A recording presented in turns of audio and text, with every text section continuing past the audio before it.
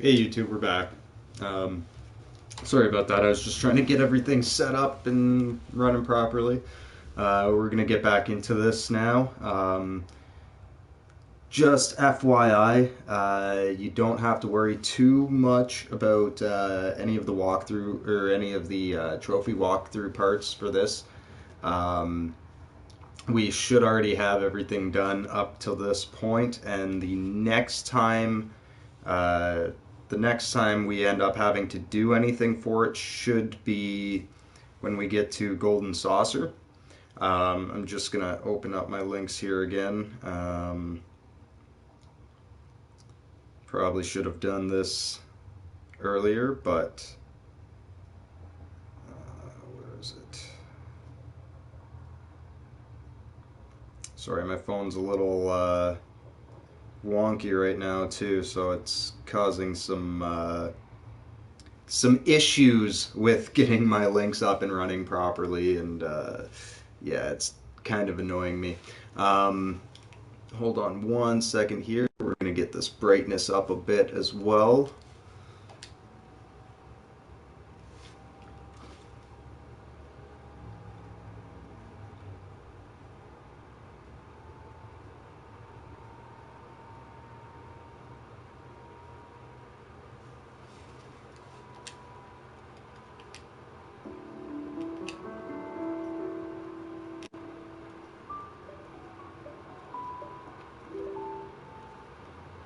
Just so you guys can see me a little bit better. Not that you want to see this ugly mug anyways, but... Alright, so we are going to continue on. I've got my Barrett guide open here.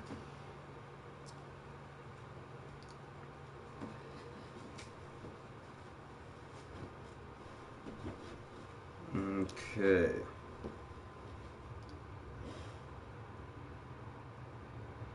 So yeah, the next time, oh sorry, Fort Condor will be the next time we need to do something with them. So yeah, we're gonna jump into our save file here. Again, like always, I like to tell you guys, if you want to see anything different, if you want to try out any different, or if you want to see anything new on my streams, feel free to let me know. Again, I'm constantly going to be changing this to make it better. It's just one of those things where I don't know what you want to see unless you tell me. And again, these streams are going to be happening as often as possible on Sundays.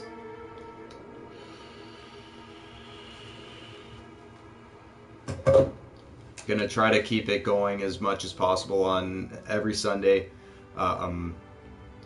Again, with work and everything going on, I might not be able to get around to it right away, but I'll do my best.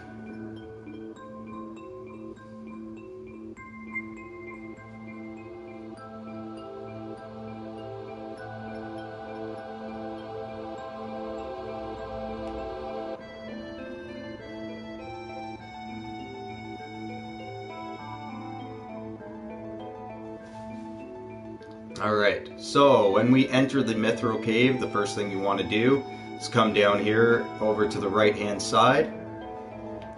You're going to run up here, pick up an ether, and then open this chest and you will receive a tent.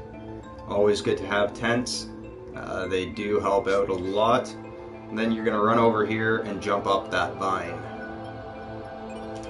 And we're going to pick up the long range materia. Now, if you remember earlier on, I had explained to you guys that the position of where your character is in your party is going to make a huge difference on damage dealt and damage received. But if you have one of these long-range materials, it's going to allow you to do a number of things. One, it's going to make it return the damage dealt to the proper level with your characters, even if you are in the back row. And the other thing is, when you have flying enemies like this dragonfly thing up top there, and that is actually a move that can be learnt by the enemy skill material. Okay, so just keep that in mind, that you want to keep up with using those enemy skills, or keep making sure that you have enemy skill on at all times, just in case you come across an enemy like this. As you saw there as well, those flying creatures are actually healed by fire. I completely forgot about that myself, but just so you know, that is how it works. And these characters here are ground-based enemies. So your best bet to fight these guys, you want to be using either Quake and things like that, or better yet, use some ice. It's opposite to them, or their element, so it may actually do better for you. I'm not sure if these enemies actually have a definite elemental weakness. What you can do is go through and hit sense and do that. We'll do that a little bit later on in here. I just want to give you a basic breakdown of what's going on in this area. But that long-range materia, very, very good to have. With those flying enemy there, that enemy is not so bad, but you will run into some that you can't attack because they're too far away from you, in all technicality, and that is what that long-range materia is for. So we will go in there and look at that right now. So same attack power even from the back row, as I said before. So that makes it so you can take someone like Cloud or Barret or even Red 13, who can potentially deal a lot of physical damage with weapon attacks, but at the same time, if you have more materia on them and you're using them more as a magic-based character, you want to move them into the back row as well, so you're going to be taking less damage, as each magic materia and summon materia you affix to your characters will actually raise or lower their health. Magic materia and summon materias generally will lower your health and increase your MP. As you can see here, see Red 13 has a little bit more health, but if we go over to the materia, max HP is dropped by 0.02%. Again, with the magic, the ice and fire magic materias here, it's also lowered, as well as his strength is lowered. So again, this is all going to play into effect on how and where you want to have your characters laid out. You see here these these support materia and all materia have no effect on either MP or magic, but you have ones like this where steel, your steel will have that extra dexterity. And also with our enemy skill here, you see that we now have that flamethrower attack as well. Okay, so you see here with the Chocobo Lure, again, each materia is gonna affect your character in a different way, and that one there, it shows you exactly that. It raises your luck ability. Each of your materia are gonna do something different. But generally speaking, your strength and max HP get lowered by any green or red materia. Alright, and we are going to continue on. Actually, just before we continue on here, I am going to... How many cents do we have? Equipped 2. Okay, I'm going to switch out that with long range. I'm going to throw Red 13 into the back row because he is my primary magic user.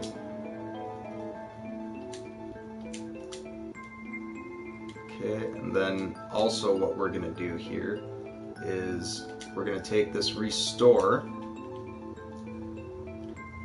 switch it out with the Ice here, get that to Cloud.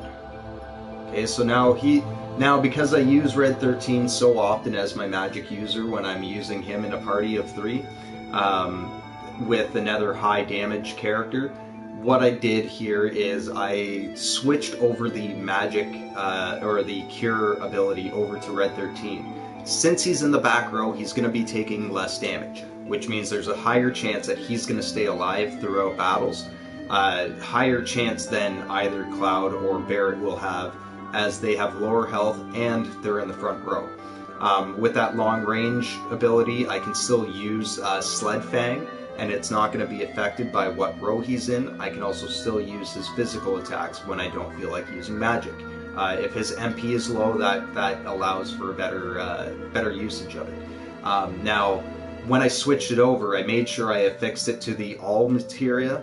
That way, when he's in the back row there, because he's going to be taking less damage, there's a better chance that my healer is going to stay in the battle.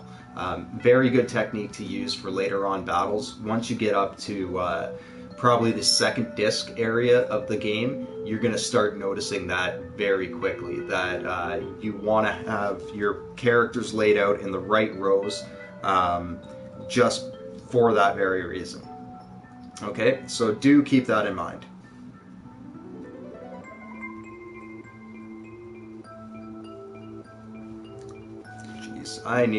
If any of you guys feel like helping a brother out too, you know, you can always click on your exit and come back into this video as much as possible so the ads keep playing, because I need to get a new screen for my phone. I'm joking, by the way, just being a dick, but I do need a new screen for my phone.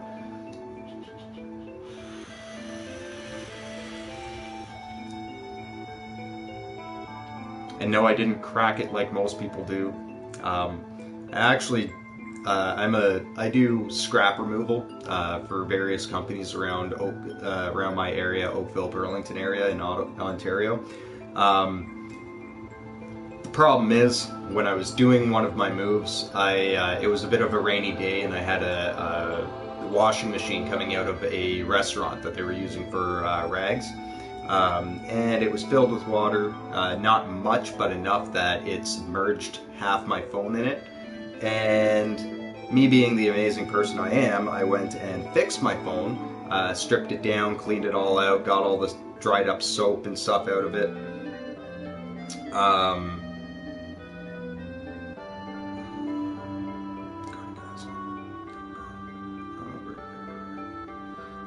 Sorry.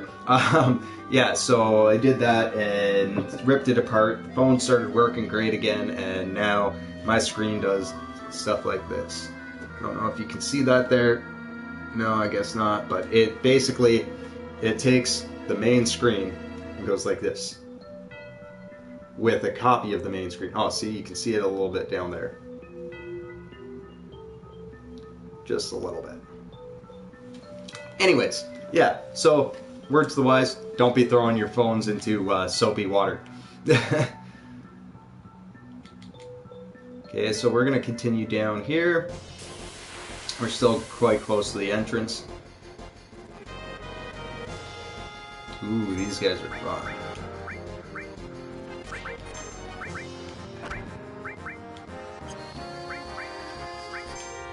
Okay, so ice. 129 damage against these guys.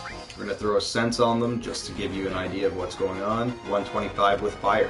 So there you go. Not much of a difference with that. Alright, level 16, 220 HP. No elemental weaknesses. Okay, so again, a lot of these smaller enemies aren't going to have elemental weaknesses. But you can see there, different magic attacks will affect different enemies different in specific ways depending on what you're using. And also, any of these enemies on the ground will be very, very good targets for stuff like Quake. You'll be seeing that materia later on. We did have the option of buying a Quake materia back in the last area. I'm actually not sure why I didn't. You'd have to go back to that video to check. It was probably just something very basic. Okay, so when you come down that area, you go to the very far right side and you open that chest and it gives you a mine source. What I'm going to do right now, this is very good practice as well. Any characters that you use magic with, you want to use mine source on them as much as possible.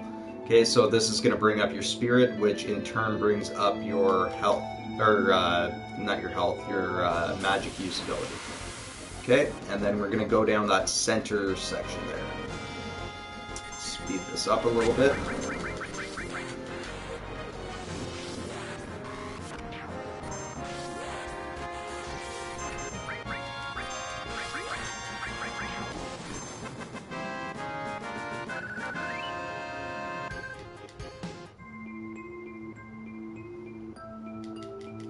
Oh, I could have sworn there was an entrance there. Might just be moving a little too quickly.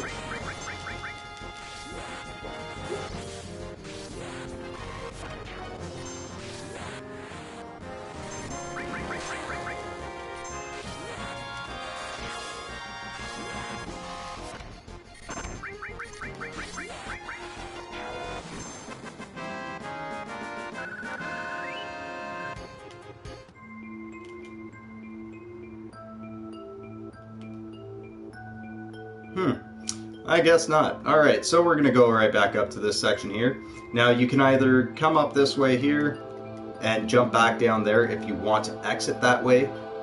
Really all we need to do is come off to the left here, and it's going to come into our first meeting with the Turks. Or sorry, our second meeting with the Turks, but our first meeting with them, with these two specific Turks. Actually, I lied again. It is the third meeting.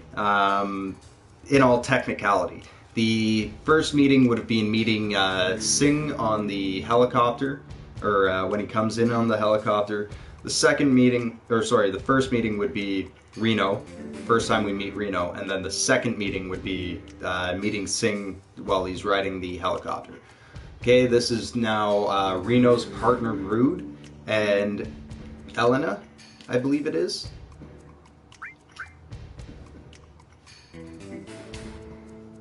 Okay, and you can go through and choose the other one, and they'll sit there and explain what the Turks are roughly. This way, it makes it go across a little bit quicker, and Cloud makes some smart-ass comments about how they're kidnappers. Again, if you go back, they kidnapped, or they were trying to hunt down Eris. Again, being the first time you meet the Turks. That's Singh there, same guy you meet on the helicopter. Sorry, I keep getting mixed up with those meetings and stuff, but whatever. It's not like it really makes a difference. But anyways, yeah, he definitely calls them out on that one. Yeah, Elena. Now, Elena's kind of a cool character.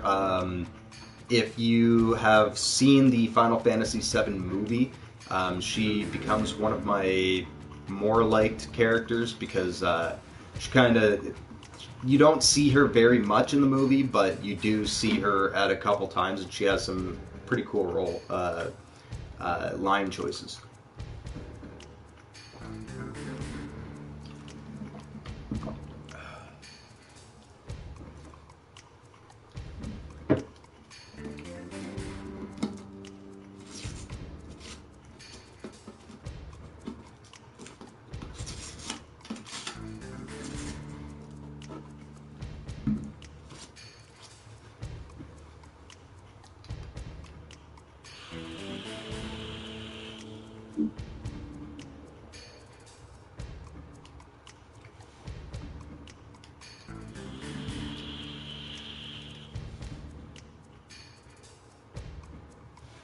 Now, one thing to also mention as well, just kind of a cool story side, or side story, Elena is actually madly in love with Singh.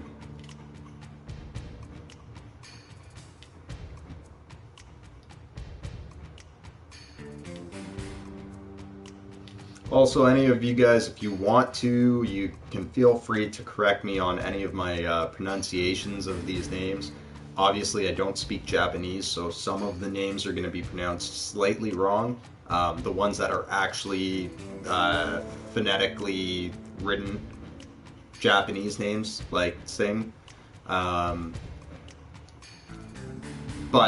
do not, and I repeat, do not think for a second that I care if you pronounce Eris as Eris or Aerith or any other random make of that. Her name in this version of the game is Eris.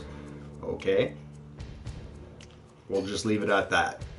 But any of the other characters, yeah, obviously if I'm mispronouncing names or something like that, or if I mispronounce any of your names, absolutely let me know. I don't mind. Hell, I'm not the best English speaker myself.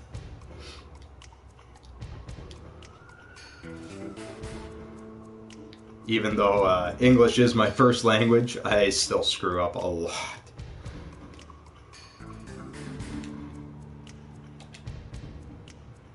Okay, and one thing you'll notice there, he actually makes mention of Eris, and you just tell him that she's not with us. She's with our other group.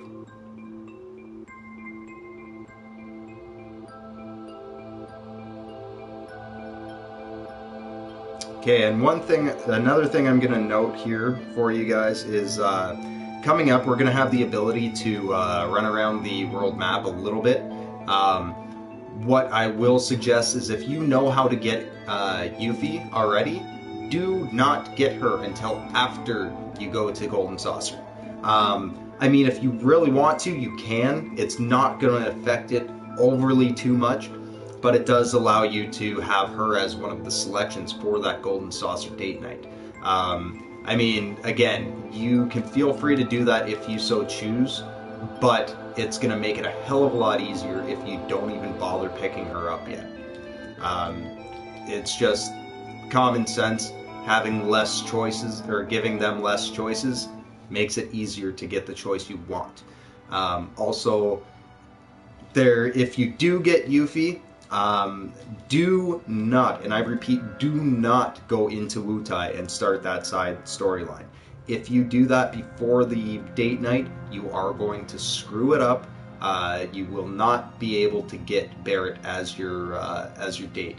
It will automatically revert back to either Yuffie, Tifa, or Eris, because you've gone and paid so much attention to Yuffie. Now, if you're selecting Yuffie for the date night, absolutely go for it. But the reason we are doing this is because of the fact that we are trying to get Barrett as in the date, not for any major reason other than the fact that it's a good thing to have, or it's a trophy. If you're like me, you like to do trophy completion. If you're against the whole taking a guy on having a bro night out at the Golden Saucer, that's by all means, that's your choice. I'm not going to bash on you for it. To each their own, really. Okay, but other than that, we're just going to save here, just so that we have the ability to go back if we want to. I mean, there's not really much to do back there, but at the same time, you always want to have that. And also, the reason I'm saving there as well, is that way if something happens and we die off for some reason, we don't automatically have to go back to the grasslands area before the mine. We can actually start off right here outside of Fort Condor. Okay, but this is going to be the next part of our walkthrough for that Golden Saucer thing. So in Fort Condor, we're going to agree twice with the old man, and you'll see what I mean in 1 second here.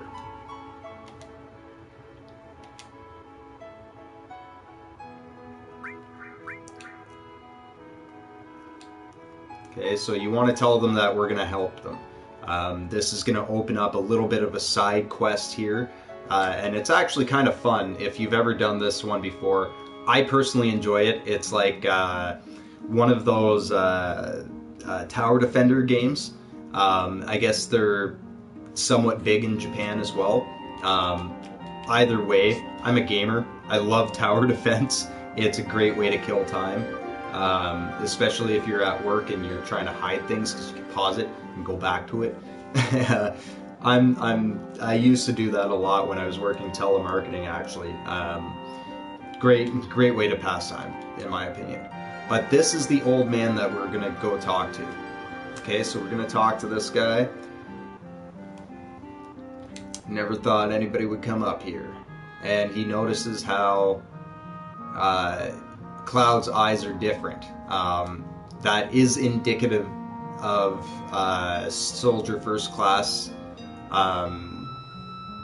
Anybody that's become part of Soldier First Class, they undergo the Mako treatment, which we saw back in Calm, or the conversation we saw between Cloud and Sephiroth back in Calm. That's exactly what he's talking about.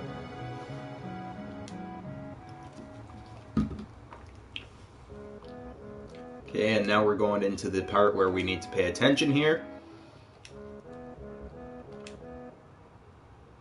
So we're going to agree.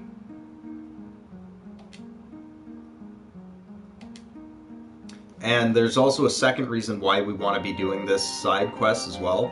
At the end of the side quest, you're going to get the option to go up and check out underneath where the Condor used to be.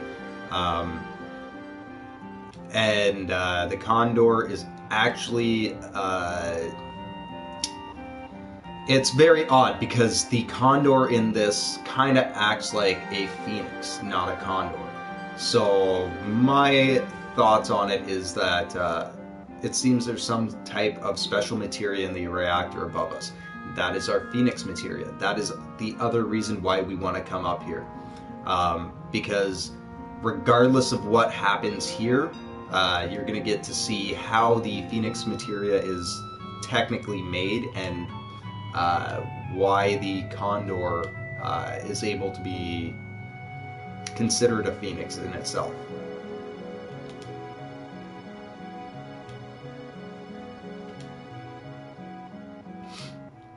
Okay, and now also one big thing with this area too, you want to have as much money as possible walking in here. The reason for that is it's actually going to cost you gil to help defend. Okay, and we're going to agree again, say alright, just telling them that yes, we will lend a hand in the battle. That right there, that conversation makes Barrett pretty much fall in love with you. He's the one who suggested we help out, so that's why we're going to do that. And I am going to go ahead, I'm going to grab some rest here. That'll replenish our MP and HP. You don't have to, obviously, but good idea to do. You can also use a tent back where you were saving. One thing I forgot to mention before is that tents can actually be used anywhere on the world map. They are able to be used anywhere where there is a save point, and the entire world map is a save point. So you can use those at any time, save at any time. But once you get into these areas, or get into areas like this and dungeons and stuff, you will have to use a save point to use those tents. They will cure all your status ailments as well. So we're going to hit save here.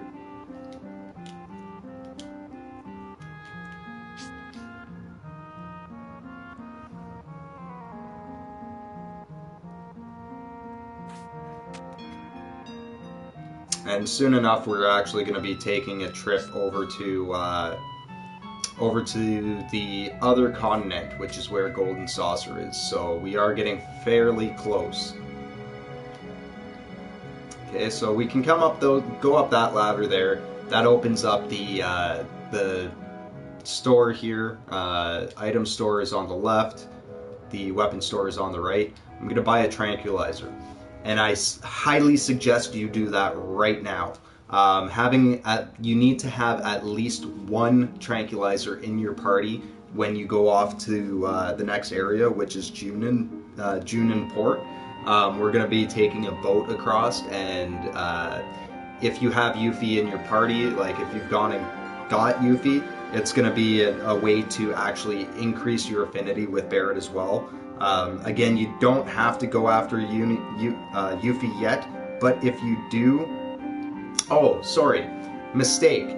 If you do have Yuffie in your party, you don't want to do the tranquilizer. I'm sorry, that was my mistake. I actually misread that portion of how to get this trophy.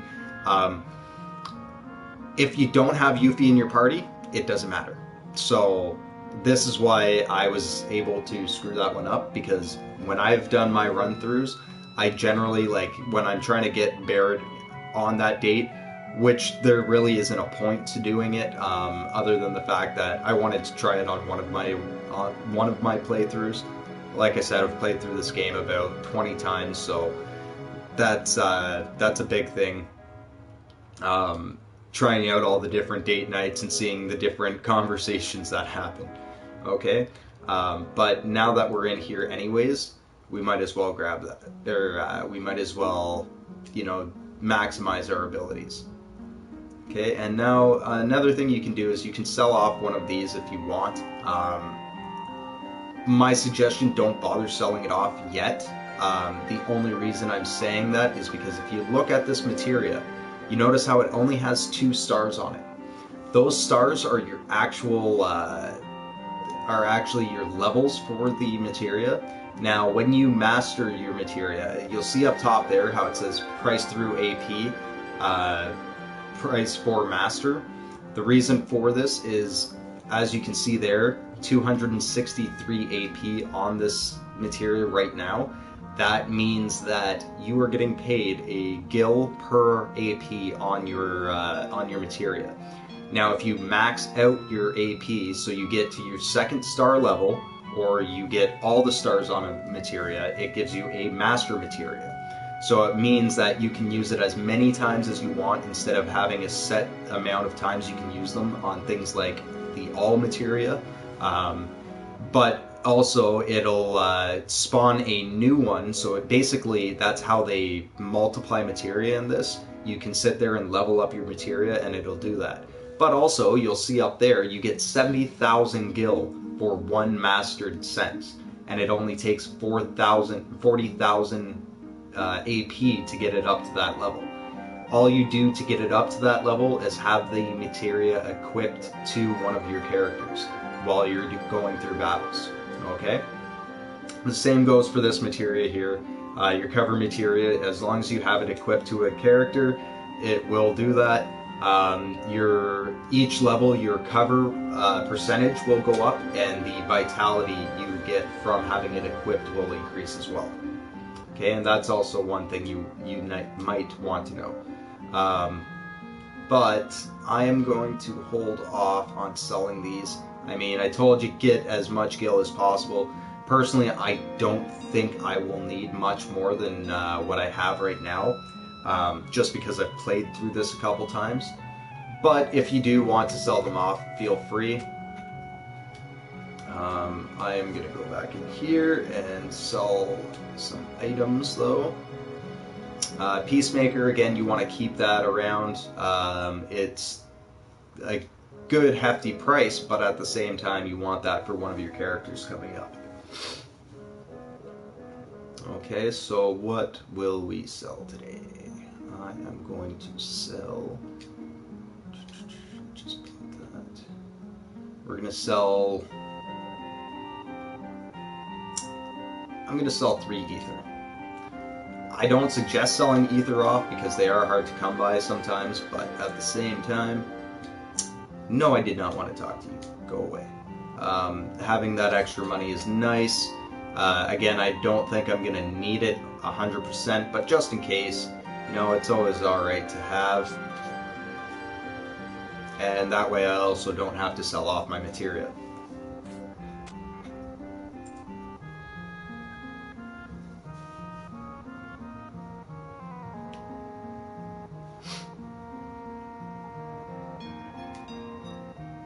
Okay, so once you get up here, you want to come talk to this dude.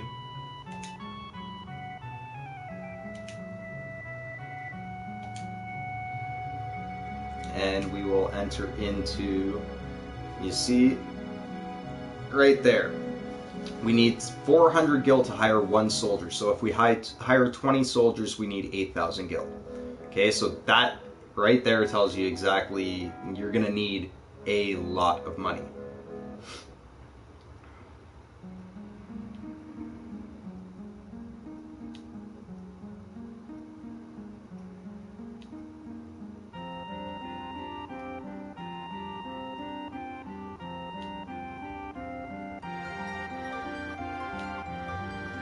Okay, and also keep in mind, you can go through each of these and it will actually tell you different ways to do the battle.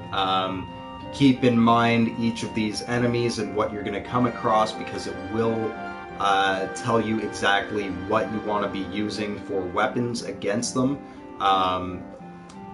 They can move at high speeds. Stoner and Tri-Stoner are not effective against them because they are flying enemies. So with those enemies, because they're flying enemies, what you want to be using are catapults, archers. Having warriors will help as well, but the most effective things against them will be your archers. Okay, and your beasts here, you want to be using high damage enemies, or high damage weaponry, as well as your soldiers themselves. You want to make sure that you have heavy soldiers going up against them. Okay, barbarians, same thing. They're gonna be attacking from a distance, so again, your archers are going to be good to use against them, as they can hit from a distance, but you want to use things like tri-stones, stones and tri-stones against them. Catapults will also be effective against them, but the best ones are definitely going to be those tri-stones. Your catapults actually will be fairly effective because of the fact that they are still technically a long-range weapon.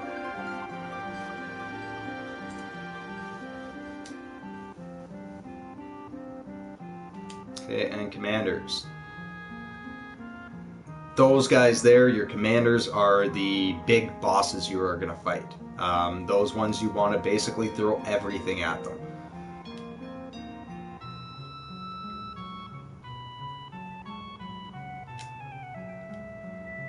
And these are the types of soldiers you will get. Okay, fighters, attackers, defenders, shooters, repairers, and workers. And then you're also going to have access to stoner, tri-stoner, catapult, and fire catapult. Okay, so keep those in mind. Your mobile types here, I'll give you a quick breakdown on them. Fighters are good at defending and attacking, aren't especially effective or deficient against any enemy. So those are your basic ground troops, your infanteers. Your attackers are going to be fast and great for expanding the front line, but they are weak against barbarians who have distance attacks. Okay, so barbarians, anything that shoots at you, they're going to be weak against. Your defenders are going to be stronger against. They're slow, but they're going to be stronger against defenders. They're not going to be strong against wyverns because wyverns are fast and they fly. So it's going to be harder for you to kill them off. Shooters are the ones you want to use against wyverns because they can fire up in the air. Beasts are going to take them out fairly easily with their heavy attacks. They aren't going to have as much defense because they are ranged attackers.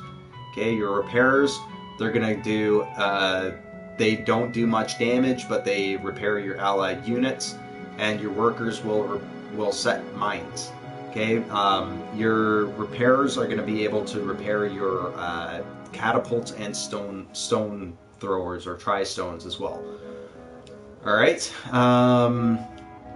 again, mines are good for setting up and blocking off routes, doing high amounts of damage to enemies without having anybody in the way that could get taken out by those enemies.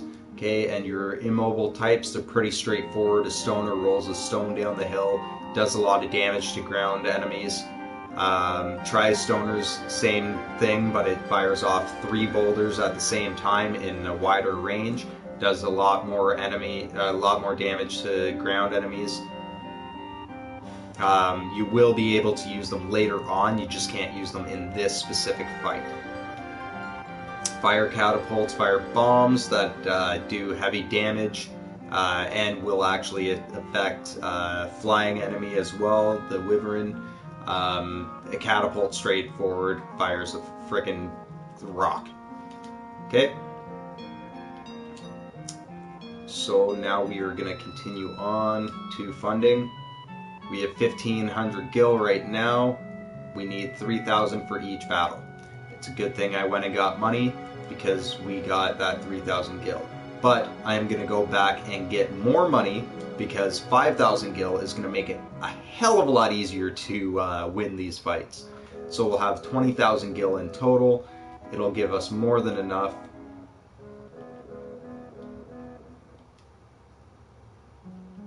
Okay, and this is just your basic walkthrough of how to do things.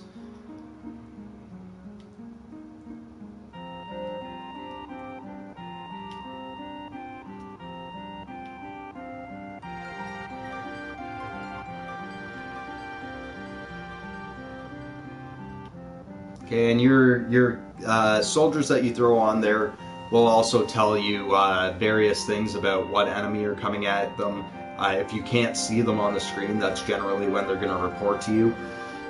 If you can see the enemy, they don't really need to report. But either way, when someone reports in, if you hit circle, it'll tell you what's going on without moving to them. If you hit X, it'll move your cursor over to that soldier of yours and tell you why they're reporting.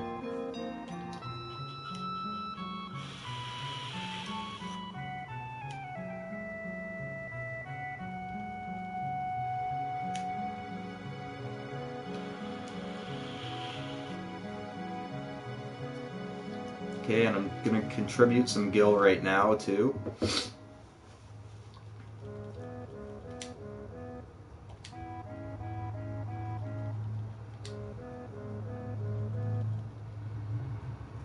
Okay, and I'm going to say wait for a second. Now you can also let them handle it too, and then just jump in at when they eventually fail, because they will fail. It sucks, but that's just how it works out. So we're going to go back down here, and you know what? I think I just might end up selling off those 2 materia, just so we can get that little bit of extra money there. I know I said I wasn't going to, because we should be fine with that amount, but I'd rather show you how it works best. Obviously, again, you want to have as much money invested into it as possible. So let's see what we can sell here. Don't want to sell my high potions yet.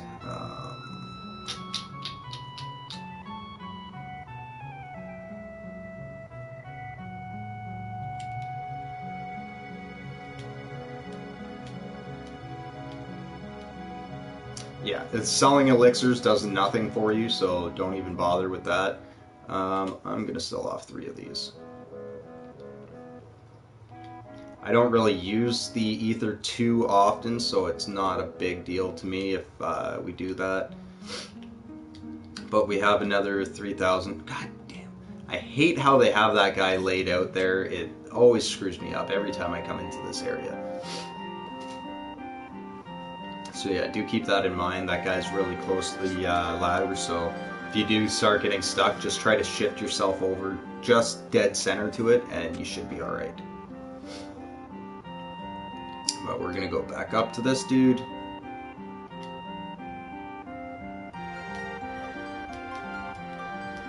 It's going to tell you all this stuff again anyways. Whether you want it or not, or want to hear it again or not. Yes, you are selfish. No, just kidding. But, yeah, we're going to push through that. Go straight to enough. We're going to contribute some more gil. So we can, realistically, we can contribute more gil to it if we want than what it's going to be. But we're just going to do 3,000 gil again, just because that's what I had. And then we're going to say, okay, ready.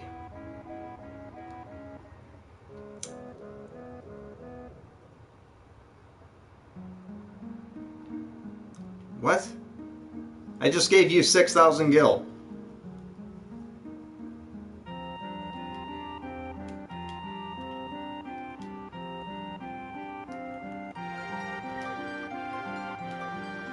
What is going on here?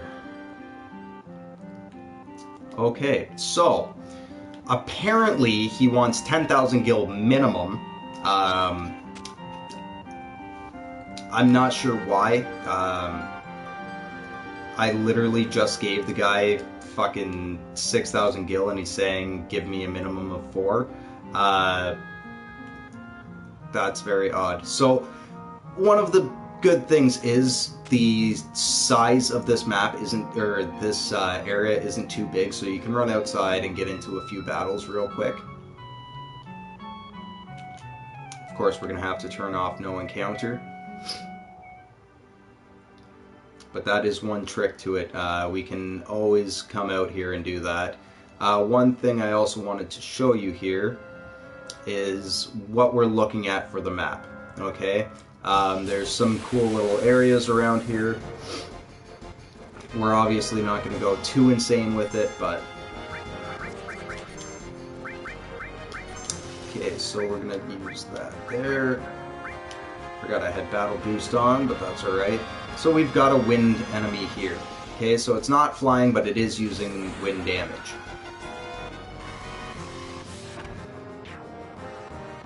Screw up the little dinosaur things. Nothing to steal. Level 17, 285 health, weak against wind. Okay, so you see how... Oh, did we just get a new enemy skill? No, we did not. Okay, but as you saw there, wind enemies are weak against wind. Like I had mentioned before, this is going back to when we were going through, going up the tower, or the pillar, back in these slums. You'll notice there I mentioned that most flying enemy are weak against wind. There's a prime example. So we're going to check this guy out now, just so you know what you're facing. 150 health, no weaknesses or strengths that it's telling us.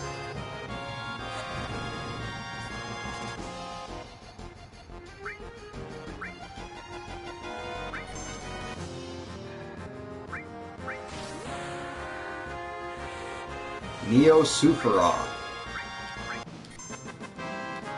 I've never actually noticed that creature's name before. It's kind of cool. So get some fucking gil there. So as you see there, we're getting about 400 gil per enemy in that section. We're gonna continue on up this way.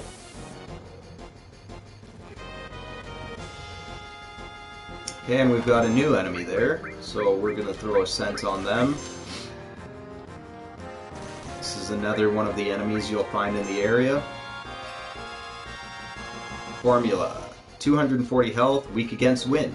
And again, as you see there, they are, majority of the time, your air or flying enemies are going to be weak against wind.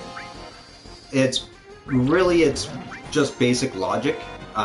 If you think about it, an enemy that's flying around gets hit by some extra wind hitting them, yeah, they're probably going to lose control and crash. You'd think, right? It's like a plane flying through a tornado.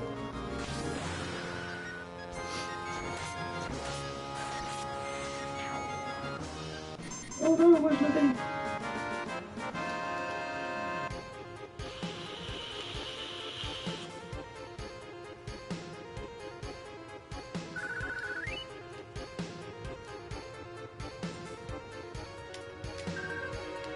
Alright, there's 1,000. So we're going to take another few runs, get a little bit more gil here. Oh, it's because I'm going the wrong way. Wicked.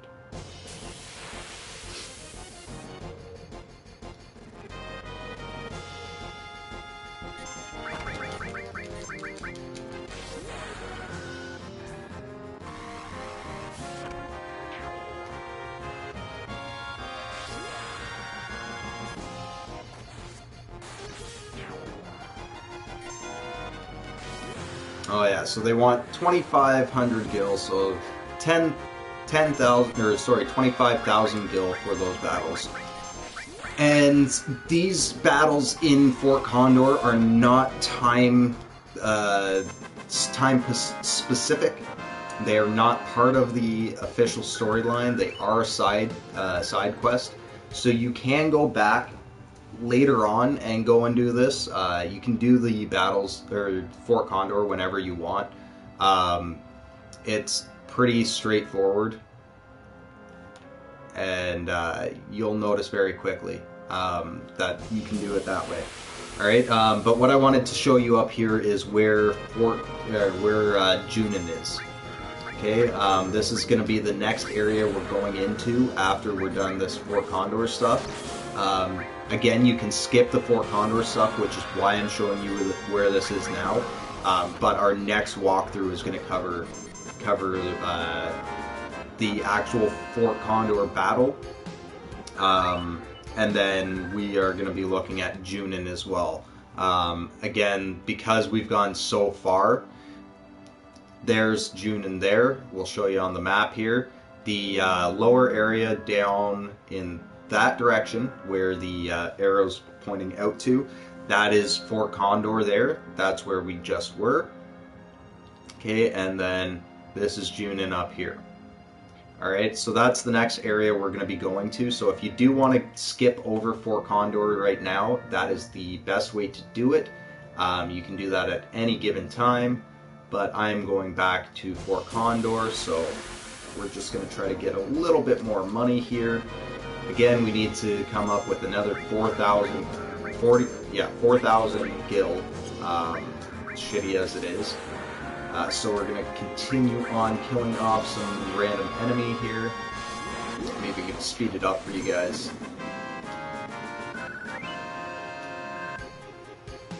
Now when I set up the replay of this, I am most likely going to be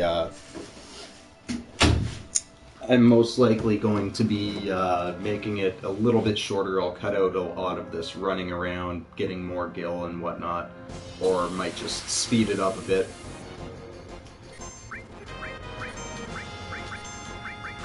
Though these running around parts do give me a little bit of time just to explain some extra stuff to you guys.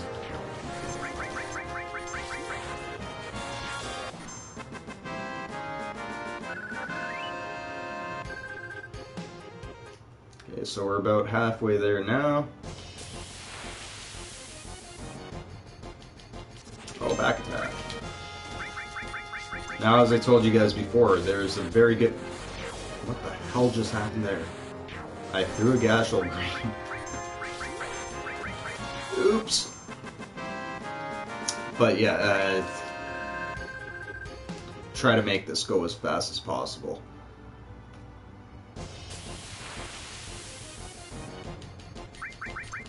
Oh yes, as I said before, when you're in a back attack, you can turn your characters around very quickly simply by hitting R1, L1. You start to run away, but it'll flip you around quickly. Do not hold L1 or R1, otherwise you will run away from the battle. Which, I mean, you can if you feel like it, but it definitely makes one of the side quest portions later on a little bit more difficult to do.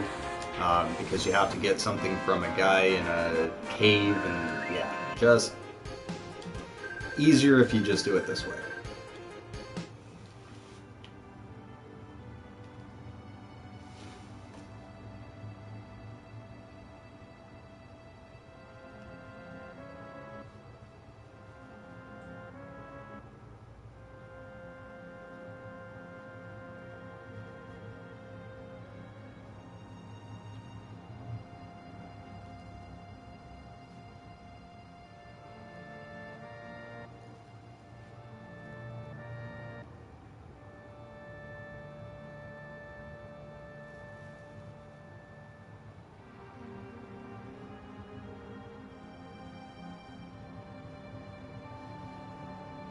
Sorry guys, just give me 2 seconds here.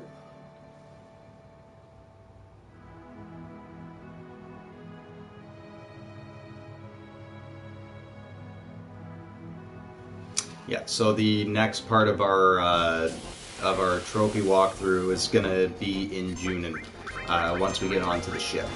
After that, I believe that is the last place we need to worry about until we get to the Golden Saucer. I'm pretty sure the Golden Saucer is actually the next stop after Junin itself.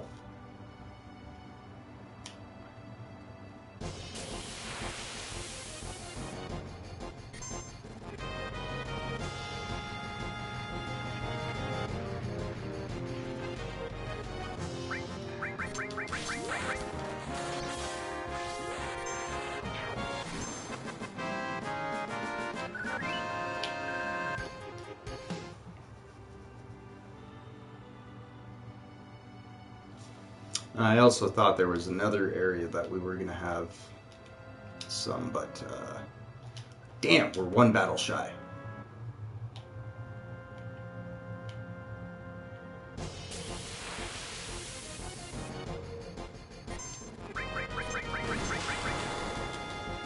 And obviously there's possibly sections in here that aren't listed in most of the walkthroughs on how to do the trophy to increase your affinity with Barret. These are just the minimum ways that you should be doing things. Again, you can do it any way you feel like, but this is the best way to do it. Just continue following through my walkthroughs and we'll get you to that point. This section of the walkthrough is going to be a little bit longer just because of being a bit chatty with it. Yeah, this way I can still show you the Fort Condor battle in this walkthrough instead of having to make a completely separate one. Okay, let's see how we are. There we go, another 4 grand. And as you can tell, it doesn't take very much time to get all that money together. Especially if you do it the way that I did, with selling things to get up to $6,000, then you give another $4,000 in.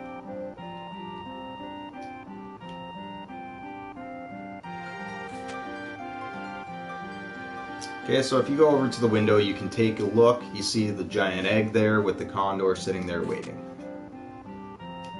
Incubating the egg, I guess, in a very weird way.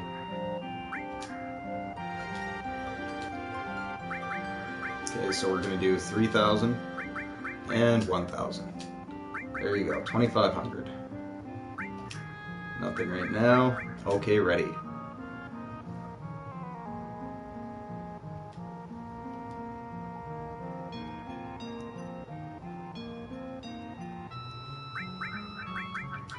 Okay, I'm kind of confused here. I'm not quite sure why it's doing this now. It might just be a glitch in the remake or a bug that they have. I've told you guys, I'm playing along at the exact same point you guys are. On my first run through of the remake, I'm really not sure why it keeps saying this. We've now given him 10,000 gil, and he's still saying he's short. So I'm gonna say screw you. You can handle it, because it's not allowing me to.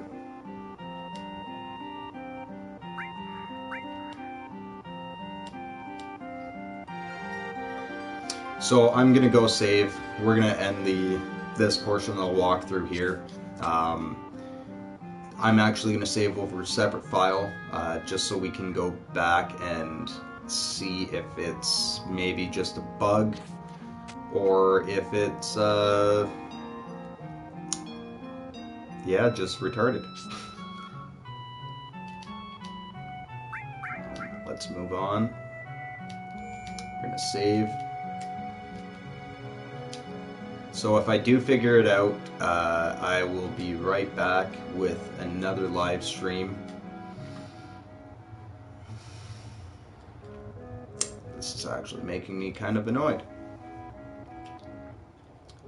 Alright, so we will be right back.